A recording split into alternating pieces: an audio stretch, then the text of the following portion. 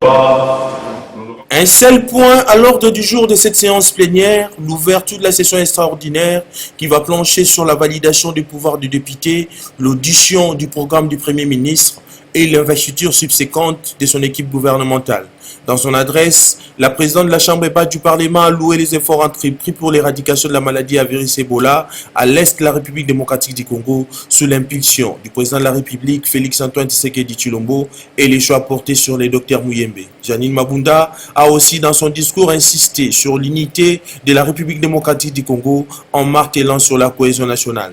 Pour la présidente de la Chambre basse du Parlement, il faut au plus haut point privilégier l'intérêt supérieur du pays. Les discours de Janine Mabunda, sujet d'interprétation de quelques députés nationaux. J'ai été le premier à proposer le nom de Dr Muyembe comme les premiers spécialistes de la maladie d'Ebola en République démocratique du Congo. Pour ceux-là qui suivent la radio Okapi que je cite, j'étais le premier à proposer qu'il fallait changer le comité qui était en train de faire le suivi pour l'éradication de la maladie Ebola, que ce comité l'avait échoué. Il fallait mettre à la tête de ce comité-là Dr Muyembe qui avait montré de l'expérience dans les années antérieures. Et d'ailleurs, dans le domaine médical, il est parmi les personnes rares dans cette république qui avaient suivi pour la première fois.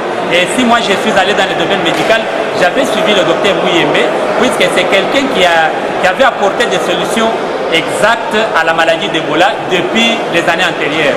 Discours considérant, si je peux bien le dire, je crois que c'est conformément à l'article 116 de notre Constitution que la session extraordinaire a été convoquée. Je crois que dans tout ça, la présidente a parlé de la maladie Ebola. Nous saluons en passant le docteur Muyembe et son groupe qui se sont impliqués pour que cette maladie prenne fin à l'est de la République. Mais à l'ordre du jour, il n'y a que 2 points. C'est d'abord la validation de mandats des députés ou des amis qui ont choisi d'autres fonctions incompatibles. On doit valider le mandat de leurs suppléants et aussi recevoir le programme du gouvernement.